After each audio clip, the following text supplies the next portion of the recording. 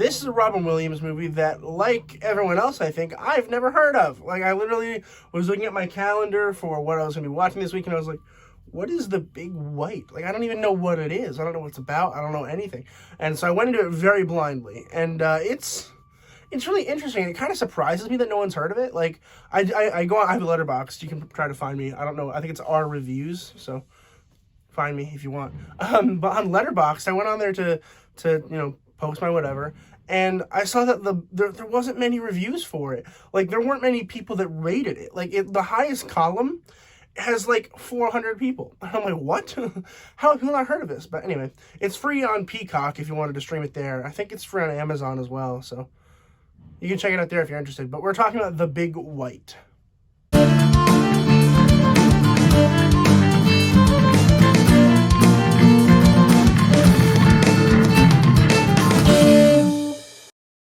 The Big White was released in 2005. It was written by Colin Friesen and directed by Mark Mylod. No spoilers, but the general idea is it's about this man who is married to this woman who has Tourette's. And so she can't have a job, so they're poor.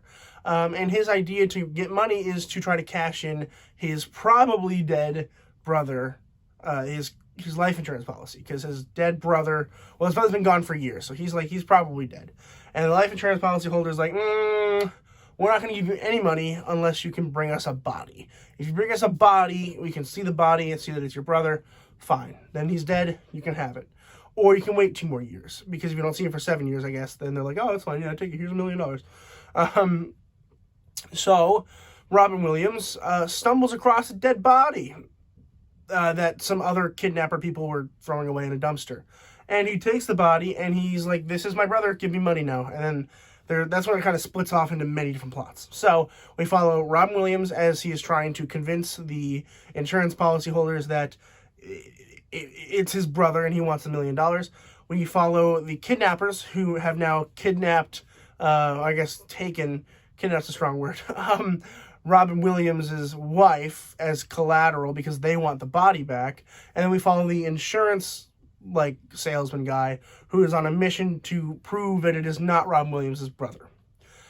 3 separate stories. And it balances them pretty well. Like, I would say that they're each given pretty reasonable amounts of screen time. And there are moments that I really enjoy that. There are moments that I really don't. Robin Williams, of course, I'm interested in watching that one because it's got Robin Williams in it. And his story's pretty cool. I will say that the insurance sales is probably my favorite, mini story here, because it's funny as hell, because no one believes him. He's like, listen, I know it's not his brother, because, here's a picture, and the big guy's like, just give him his money, dude, we don't care, and he's like, no, I will not do it. It's really funny, and the guy that plays him, what's his name, Giovanni Ribisi, I think it is, Ribisi? I don't know. I forget. I apologize. He is really good in this movie, really, really good, my favorite performance in this film, easily. Tim Blake Nelson, Woody Harrelson, they're in this as well, and I always love Tim Blake Nelson. Woody Harrelson's kind of meh for me. Robin Williams gives a good performance here. I mean, it's a pretty easy performance for him, I think, but really, really good regardless. And then in the end, all 3 combine into, this epic kind of, moment of realization. And it's cool, and it's funny, and it works. It's a little sloppy and messy, but that's kind of, how the whole movie's run a little bit. It's a little sloppy and messy.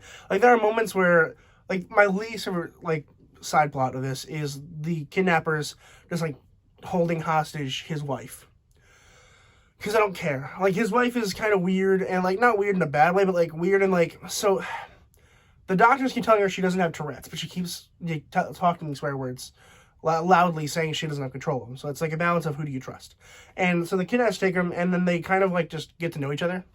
And I don't care. I'm like, why do I need to see Tim Blake Nelson make a casserole for Robin Williams' wife? Because at the end, it doesn't matter. That could have shaved 20 minutes off this film. It could have been an hour 25. That would have been great.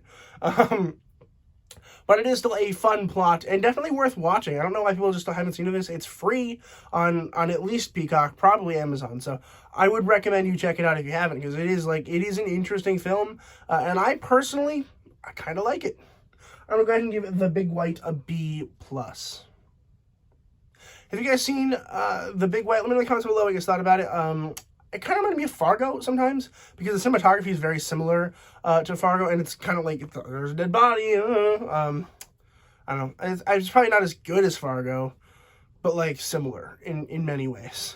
But thank you guys so much for watching this. I truly appreciate it. If you guys are interested in listening to my podcast, it's called Nate and Robert STS. You can find it on Spotify or Apple Podcasts. Link is in the description below for either of those two platforms. We just shoot the shit. It's really fun. You should check it out if you are interested in podcasts. Yeah, I mean, I'll be finishing Steven Spielberg next week, and then we're starting, what are we starting? We're doing Tim Burton, so subscribe if you like Tim Burton movies or Steven Spielberg movies.